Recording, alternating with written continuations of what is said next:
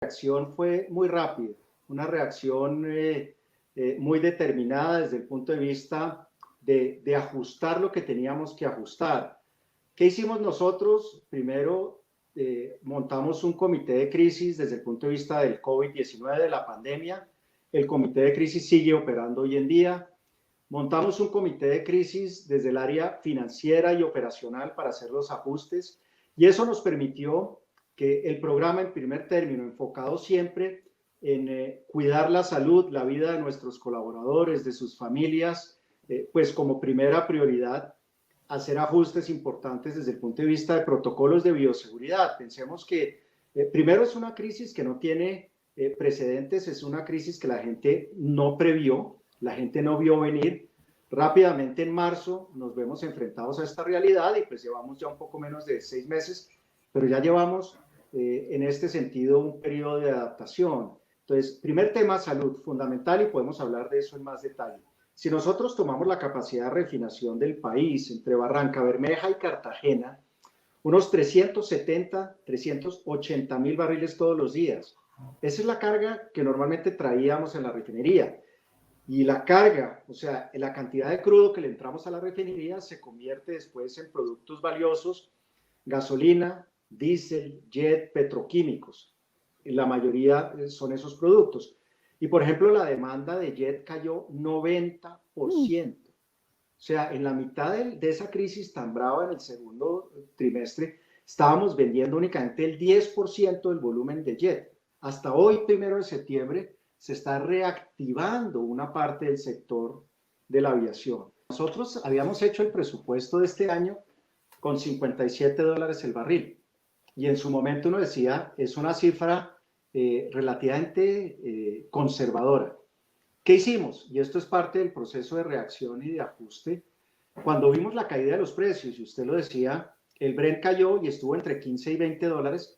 El WTI, que es la otra referencia que usamos sobre todo en la producción en Estados Unidos, cayó a menos $37.60, o sea, estuvo negativo. Uno tenía que pagar en esos días para que les recibieran el crudo, ni siquiera lo podía vender. Entonces ha habido un cambio dramático. ¿Qué hicimos? Hicimos algo que se llama la resanción del presupuesto. Volvimos a mirar el presupuesto para el año 2020 y para nuestro plan de negocios para el 2020, 21 y 22. Para este año hicimos un nuevo presupuesto a $38. Entonces ese es el primer punto. De 57 pasamos a 38 y hacemos el presupuesto a 38. Hoy el Brent está en 45, un poco más, y el WTI en 43.30 más o menos. Usted decía, ¿qué precio necesita Ecopetrol? Y nosotros hemos dicho que entre el 92 y 94% de nuestra operación es rentable a $30 el barril Brent. Eso quiere decir que podemos generar rentabilidad. De hecho, si ustedes miran el primer y segundo el primer semestre, los primeros 6 meses del año, fuimos de las pocas compañías a nivel mundial que vimos números en negro, que vimos utilidad. Utilidad pequeña, 160.000 millones de pesos, pero efectivamente pues dimos una utilidad que era algo que el mercado posiblemente no estaba esperando. ¿Qué estamos viendo hacia adelante? Nosotros para el 21 vemos un precio de $45, y esto es mantenido, el promedio puede estar arriba y abajo.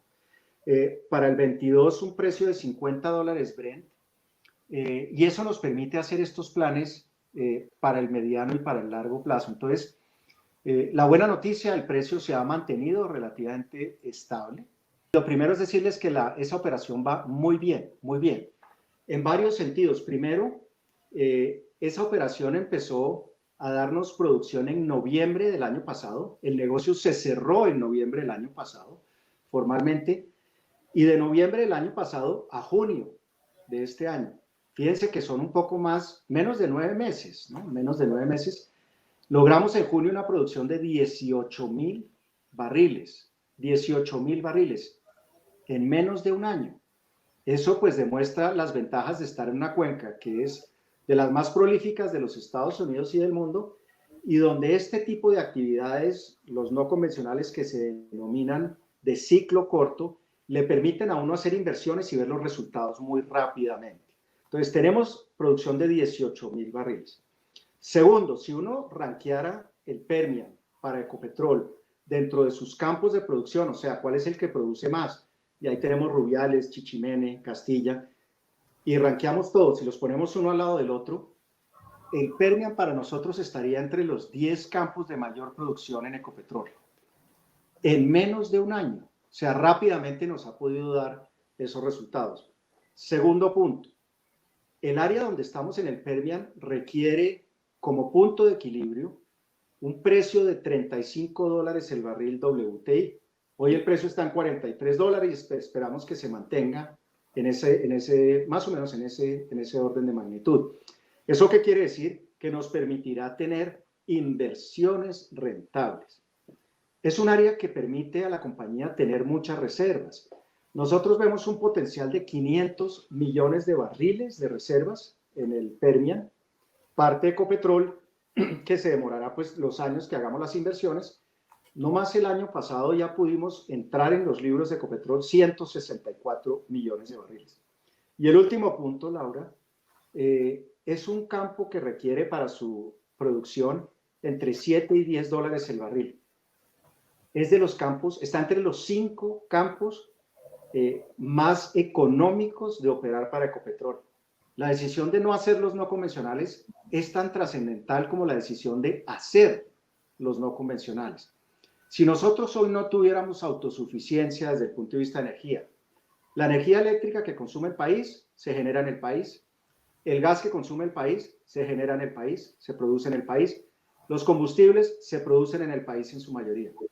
Si eso no lo tuviéramos, tendríamos que recurrir, por ejemplo, a usar recursos de otros sectores de la economía para comprar combustibles, comprar gas, comprar crudo para refinar. Y depende de dónde esté el precio, pero eso pueden ser 20, 30 o más billones de pesos al año. ¿De dónde sacamos hecho? Nosotros avanzar en todo el proceso de planeación, en todo el proceso de diseño de los pilotos, y la respuesta es sí, nosotros estamos comprometidos con ser parte de esos pilotos. De hecho, anunciamos hace poco un acuerdo en principio con ExxonMobil para hacer los pilotos de manera conjunta y que el operador sea Ecopetrol. Entonces yo creo que ese es un primer punto. Tenemos un poco más de 120 millones de dólares en el presupuesto de inversiones para hacer los pilotos. Estamos avanzando, como les decía, en todo el tema de diseño de los equipos, desde el punto de vista de perforación, de fracturamiento, equipos de bombeo, desde el punto de vista logístico, todo el tema de entrada de los propantes, de las arenas para hacer precisamente las fracturas, y sobre todo un proceso de relacionamiento con las comunidades. Yo creo que, y lo decía ahorita en la pregunta anterior de Juan Sebastián, es pues de manera transparente, de manera de frente al país, entregando la información, que la gente pueda participar de esto. Es que pensemos que esto es una decisión en últimas de país, de país. Si yo, y entiendo, y hay tensiones, es que está la tensión entre desarrollo económico y el cuidado del medio ambiente, y la gente me dice, pero esas son tensiones, y claro que son tensiones que tenemos que manejar, que tenemos que propositivamente nosotros entender y poder, porque muy fácil es decir, no hagamos esto, no hagamos esto y no hagamos esto. Bueno, ¿qué vamos a hacer? En cambio, cuando no seamos 50 millones de colombianos, sino 60 o 70 o 80, ¿qué hacemos para seguir cerrando las brechas? Y en ese sentido, esta industria, sobre todo el acceso a la energía, es importante. Entonces, la respuesta es sí, nosotros estamos comprometidos. De hecho, gracias a las operaciones que tenemos en el Permian con Oxy, pues también tenemos un intercambio de información, estamos trayendo tecnología, estamos trayendo conocimiento, y hoy de manera remota pues se pueden hacer muchas cosas, no hay necesidad de que la gente viaje físicamente a los sitios. Entonces estamos trabajando en ese sentido. El gobierno nacional ha avanzado muchísimo desde el punto de vista de la reglamentación, de dar esa claridad sobre qué se tiene que hacer desde el punto de vista técnico, desde el punto de vista social, desde el punto de vista ambiental, desde el punto de vista contractual con la ANH. Seguimos avanzando y pues estaremos listos cuando todos esos temas estén resueltos. Primero, yo no veo la venta de Cenit y les voy a explicar por qué. En un año normal, donde hay menos incertidumbre, ustedes saben, el precio del petróleo sube y baja. Cenit puede representar más o menos el equivalente a un 30, 35%, hasta un 40% de lo que se llama el EBITDA. El EBITDA es la utilidad antes de impuestos, intereses, depreciaciones y amortizaciones, evita por la sigla en inglés. En los primeros 6 meses de este año 2020, el segmento del transporte ha significado más del 60% del EBITDA del grupo Ecopetrol. O sea, Cenit es fundamental. El que Ecopetrol sea integrado, ¿qué quiere decir? Que hagamos exploración, producción, transporte, refinación, comercialización, nos da fortaleza para afrontar estos desafíos. Entonces, en ese sentido, yo personalmente no veo desde Ecopetrol la venta de Cenit. Y en eso he sido muy claro, lo dije hace unos días en algún debate en alguna de las comisiones del Senado, precisamente porque esa integración nos da una fortaleza. Habiendo dicho eso, ¿qué tenemos que hacer? Pues cada vez ser más eficientes en el segmento de transporte y estamos en un proceso grande de implementar un nuevo modelo operativo. Tenemos que ser eficientes, porque muchas veces la competencia no es contra otros, la competencia es contra nosotros mismos. Cada vez tenemos que ser mucho, mucho más eficientes. Entonces, ese es un poco el punto y coincido con usted. ¿Qué tenemos que hacer nosotros desde la administración? La decisión de venta pues será de los dueños, si eventualmente llega. ¿Qué tenemos que hacer? Y es lo que hemos hecho en estos años.